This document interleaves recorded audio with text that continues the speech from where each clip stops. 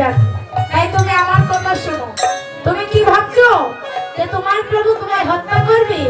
না না, তোমার প্রভু তোমায় হত্যা করবে না। তুমি আমার কথা শোনো। বলে কি, আবার তুমি আমাকে ফাঁসাতে এসছো?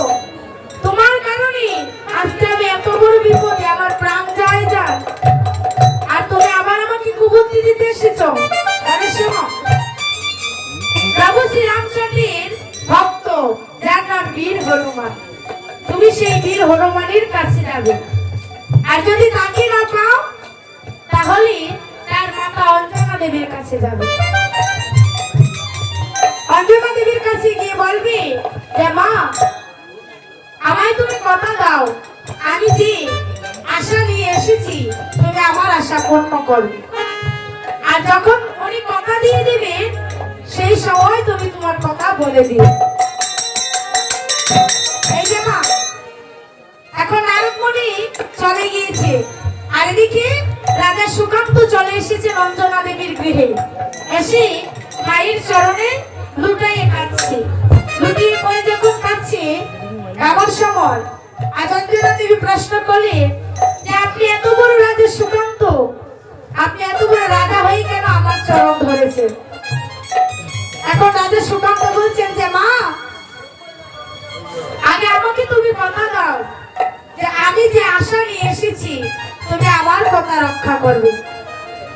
বাবারা, আমি যে ব্যাখ্যাটা দিচ্ছি আপনাদের কি কষ্ট হচ্ছে? হরে কৃষ্ণ, কথা বলতে হবে, আরে যে ঘুমিয়ে পড়বে, আর যদি ঘুমিয়ে পড়ে তাহলে আমি কাকে শোনাবো? ওই যে আমি অন্তহরি পরশু দিচ্ছিলাম না, আপনারা অনেকেই ছিলেন, আমি বলেছিলাম ঘুম কেন আসে।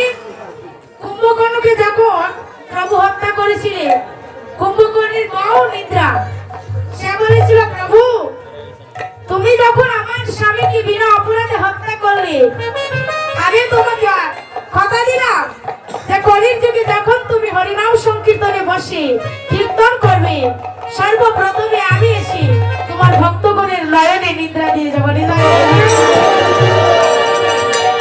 হ্যাঁ, এটাই আপনাদের কাছে নিবেদন। যদি দেখেন কেউ ঘুমিয়ে পড়েছে, তাহলে সামান্য একটু মশার কামড়ের মধ্যে একটু ছেপটা দিয়ে দেবেন, জায়গায় উঠে। আর যদি কাউকে কুম্ভকর্ণের বউ যেন না ধরে, আমি মহাপ্রভুর কাছে নিবেদন করি।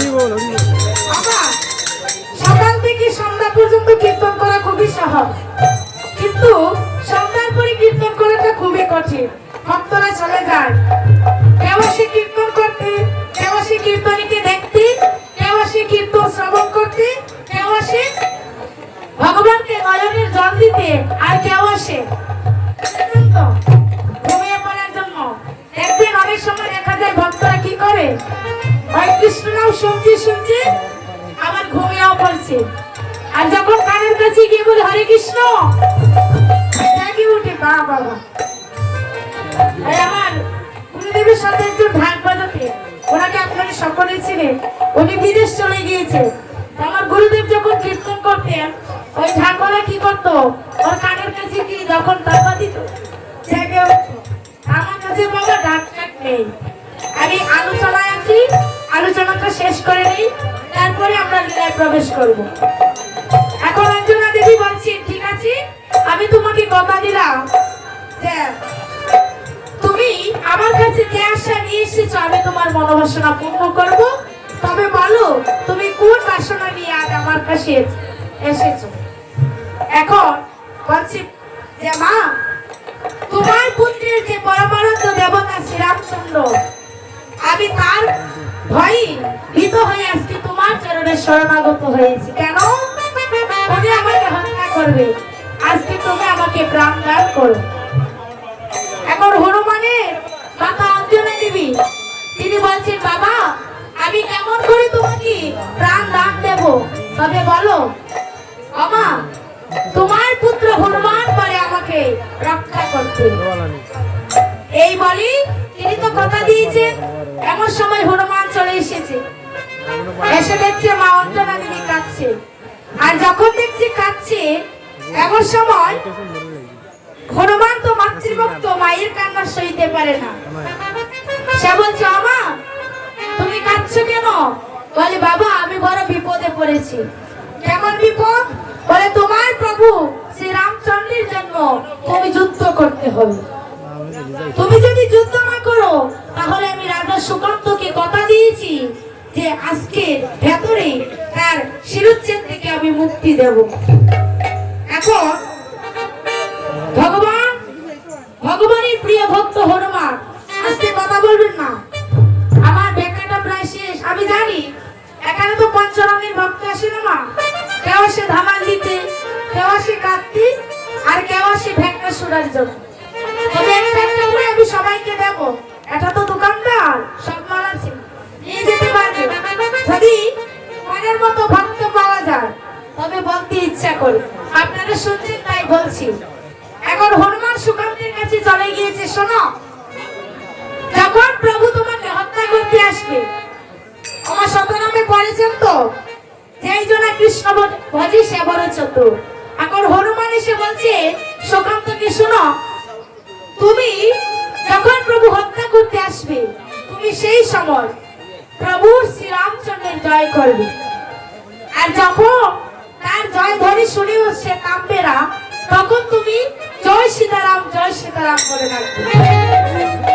আর যখন সীতারামের ধ্বনিও শুনবে না, তখন তুমি জয় গুরু বিশ্বামিত্র বলে রাখবে। তখন দেখবে কি হয়। এখন রাজা সুকান্ত এর অবসান হয়ে যাচ্ছে। প্রভু শ্রীরামচন্দ্র বাণ নিক্ষেপ করেছে, এই মারি কি যখন মারে তখন মারি, তাই তো? এখন যখন প্রভু তীর নিয়ে আসছে, আর সুকান্ত জয় শ্রীরাম বলে ডাকছে। প্রভু বলছেন, আহা আমার ভক্ত, আমি কেমন করে তাকে হত্যা করি। যখন প্রভু আবার ধেয়ে আসছে, তখন জয় সীতারাম বলে ডাকছে। আর তখন প্রভু থেমে গিয়েছে। এমন সময় প্রভুর গুরুদেব বিশ্বামিত্র বলেন, না, তোমার ওই শিষ্য আমাকে অপমান করেছে, শীঘ্রই যাও, ওই দেখো বেলা ডুবে যাচ্ছে, তুমি এখনই তোমার শিষ্যের শিরচ্ছেদ করো। এখন শ্রীরামচন্দ্র প্রভু আবার ধেয়ে যাচ্ছে। আবার যখন তার কাছে যাচ্ছেন শিরচ্ছেদ করবার জন্য, এমন সময় সুকান্ত রাজা কি করেছে? বলছে, জয় বিশ্বামিত্র নিতাই গৌর হরি বল।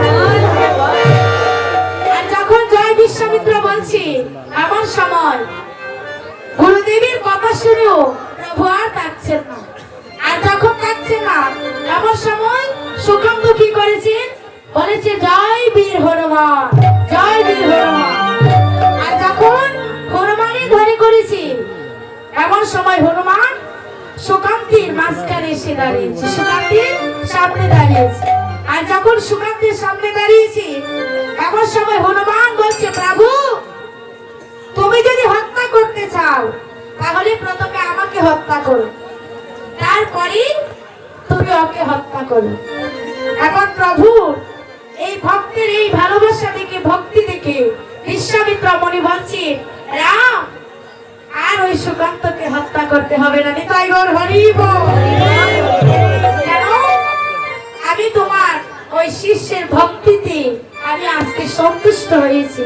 তাই বলি বাবা, যদি গুরুচরণ আশ্রয় করতে হয়, দেখেন আমার প্রভু শ্রীরামচন্দ্র কেমন ভক্ত ছিলেন, যে নিজের শিষ্যকে হত্যা করতে দ্বিধাবোধ করেননি, তিনি সুকান্তকে হত্যা করতে চেয়েছিলেন।